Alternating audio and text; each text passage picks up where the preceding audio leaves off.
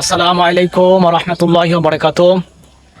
সকল প্রকার প্রশংসা মহান আল্লাহ তাআলার জন্য। আলহামদুলিল্লাহ, লাখো কোটি দরুদ রাসূলের উপর সাল্লাল্লাহু আলাইহি ওয়াসাল্লাম। আমাদের প্রিয় নবী হযরত মুহাম্মদ সাল্লাল্লাহু আলাইহি ওয়াসাল্লাম ইরশাদ করেন, তোমরা তোমাদের স্ত্রীদের সাথে ভালো আচরণ করো, কেননা তারা তোমাদের কাছে অসহায়। আল্লাহ রাসূল আরেক জায়গায় ইরশাদ করেন, তোমরা তোমাদের স্ত্রীদের সাথে নম্র আচরণ করো, সুন্দর আচরণ করো, ভালো আচরণ করো, কেননা তারা তোমাদের জন্য পোশাক স্বরূপ এবং তোমরা তাদের জন্য পোশাক স্বরূপ।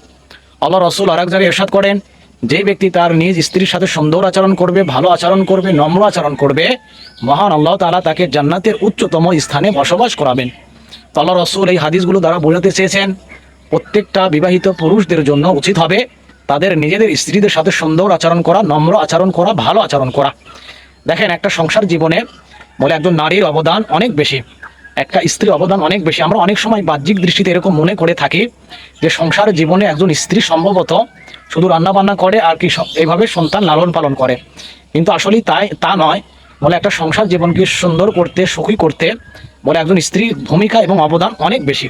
এই জন্য আমাদের উচিত হবে বলে আমাদের সংসার জীবনে বলে স্বামী স্ত্রী পরস্পর সহযোগী হয়ে চলা এবং পরস্পরের জন্য দোয়া করা। মহান আল্লাহ তাআলা যেন পরস্পরকে দুনিয়াতে এবং আখেরাতে বলে একসঙ্গে সুখে শান্তিতে রাখে, যেন দোয়া করা, চেষ্টা করা, তদবির করা, মেহনত করা।